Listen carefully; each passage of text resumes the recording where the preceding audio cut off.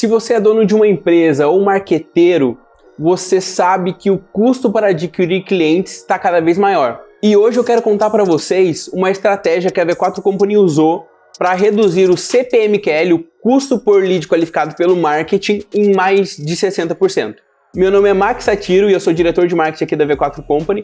E até o final desse vídeo eu vou te mostrar os 6 passos que a gente usou para isso.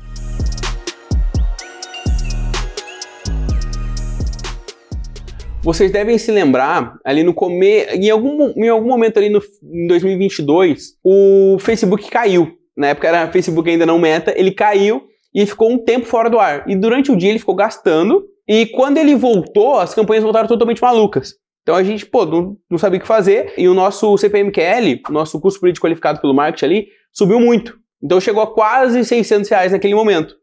E aí a gente falou, tem que fazer alguma coisa, porque a gente tem que gerar 12 leads, 12 MQLs para fazer uma venda, e nesse custo por MQL a gente, não fica sustentável. E naquele momento a gente decidiu agir e tomar o primeiro passo. E qual foi o primeiro passo? O primeiro passo foi definir os nós da jornada. O que é definir os nós da jornada? A gente pegou uma planilha e elencou todos os nós da jornada que o nosso cliente passa até o momento do fechamento, que o nosso lead passa até o momento do fechamento. Quais são esses nós? Por exemplo, o CPM é um nó da jornada, o CTR é um nó da jornada, o Connect Rate é um nó da jornada, que é a taxa de conexão do anúncio com a página é o nó da jornada, a própria taxa da página de conversão é o nó da jornada. A gente elencou todos esses nós em uma planilha e planilhou os dados históricos, tudo que movimentou, tudo que mudou nos últimos, a gente fez por semana, nos últimos 3 meses. E a gente identificou quais eram esses nós. E o segundo passo que a gente definiu foi criar uma reunião chamada Growth Meeting. E nessa reunião a gente sentava, todos os responsáveis pela mídia, todos os responsáveis pela aquisição do cliente dentro do marketing, e a gente começou a discutir estratégias para cada um dos nós na jornada. Exemplo aqui, para vocês entenderem. Se o CPM está muito alto, o CPM está muito alto, uma das ações que a gente pode fazer é fazer públicos mais amplos. E aí, a gente definia que a gente ia tomar essa ação. E na próxima Growth Meeting, a gente chegava e apresentava o que foi feito, qual o resultado que gerou. A gente tinha ali uma distância de uns 10 dias entre uma e outra, qual foi o resultado que gerou e depois quais seriam as novas ações. E esse é um frame bem simples para organizar a reunião. Então, ir direto ao ponto e criar um plano de ação ali para cada um dos nós da jornada. O terceiro passo foi, ao final da Growth Meeting, definir um dono para cada um dos nós e um dono para cada uma dessas ações. Por exemplo, a gente não tinha um dono do CTR. Quem é o responsável por fazer com que o CTR das campanhas aumentem? No Google, por exemplo, a gente definiu que o dono desse nó da jornada CTR seria o nosso copy. Já no Facebook, a gente definiu que o dono do nó da jornada, o Meta, seria o nosso designer. Designer porque ele tem que fazer designer pensando em aumentar o CTR do criativo. E mesma coisa o copy, quando ele vai fazer a copy do anúncio do Google, ele tem que fazer a copy pensando em aumentar o CTR daquele anúncio. E a gente definiu donos para os nós da jornada.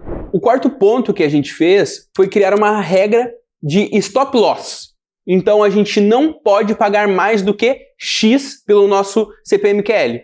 O exemplo disso foi que a gente definiu um stop loss para o criativo. O criativo ele não pode fazer mais do que 2 vezes o custo por ação desejado. Então se ele faz mais do que 2 vezes o custo por ação desejado, ele é um criativo ruim, eu troco ele.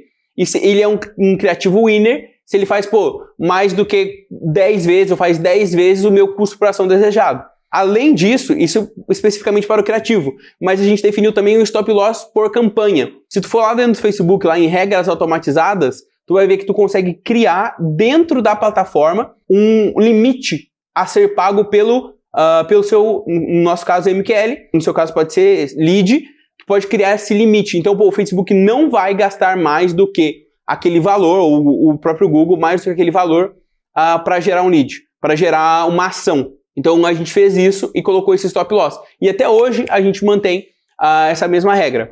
O quinto passo foi separar a nossa verba de teste. Por que isso é importante, tá? A gente tinha lá R$400 mil para investir em Facebook. e a gente pegava desses 400 mil reais, a gente pegava 30, 40 mil reais para testar coisa. E qual que é o problema? Esses 30, 40 mil reais, eles, se eu não gerasse resultado com esse teste, eu não batia a meta. Porque o teste ele tem que ser uma verba que eu estou disposto a perder.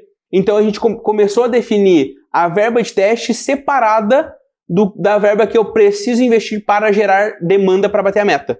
E isso dá uma liberdade, eu posso dizer, isso dá uma liberdade criativa, tanto para a gente testar mote de campanha, quanto para a gente testar anúncios diferentes, quanto a gente pode testar a própria estrutura da campanha, a gente pode fazer outras estruturas de campanha, e tudo isso com uma verba separada. A gente não colocou esse valor de verba de teste contando lá no custo do CPMQL que a gente considera hoje. Então eu tenho dois custos de CPMQL hoje. Um custo com a verba de testes e um custo sem a verba de testes. E o que a gente reduziu foi, obviamente, o custo sem a verba de testes. E hoje, muitas vezes a campanha de teste, quando ela dá certo, eu passo ela para uma campanha de escala e mantenho ela depois ali dentro daquela verba, dentro da campanha normal, da nossa campanha, que a gente chama de campanha core, as campanhas que já estão rodando. E o sexto passo, ele pode parecer um pouco contraintuitivo, porque até aqui eu só falei estratégias de mídia paga, estratégias para você implementar que dizem respeito à mídia paga, mas foi olhar para outros canais. Um exemplo claro disso foi o nosso orgânico, que a gente chama de o nosso social. Então a gente fazia menos MQLs no nosso orgânico, muito menos MQLs do que a gente faz hoje. E começamos a ser muito mais intencionais em geração de demanda no nosso social. Todas as vezes que a gente aumentava a nossa mídia no Facebook, a gente fazia mais geração de demanda no nosso orgânico. E a gente começou a fazer esses testes. A gente falou, olha só, então se eu reduzir a mídia aqui, automaticamente eu faço menos demanda no meu orgânico? Faço. Então tem uma correlação direta. E a gente começou a fazer esses testes, mas também ser muito intencional. Então, prático para vocês. Soltei agora uma campanha de e-commerce. Eu soltei a campanha de e-commerce na mídia paga, 2 semanas antes de passar para o orgânico, porque eu quero avaliar se eu vou ter uma mudança grande no meu orgânico. Depois que eu soltei a campanha na mídia paga, eu também solto uma campanha no social. E também solto uma campanha no blog. E eu digo campanha aqui, entenda como um projeto, um conjunto de ações. E nesse caso, a sexta dica é: fique menos refém da mídia paga e crie estruturas para que você consiga abrir novos canais de aquisição para reduzir o seu CPMQL. E foi o que a gente fez aqui internamente e gerou esse resultado de 60% de redução. E se tu gostou dessas 6 dicas, a gente fez um podcast, o nosso podcast chamado ROI Hunters, com mais de 1 hora só discutindo esse tema. Discutindo qual foi a estratégia muito mais profunda que a gente usou para reduzir o nosso CPMQL aqui. Meu nome é Max Satiro, eu sou sócio da V4 Company e o nosso negócio é vender o seu.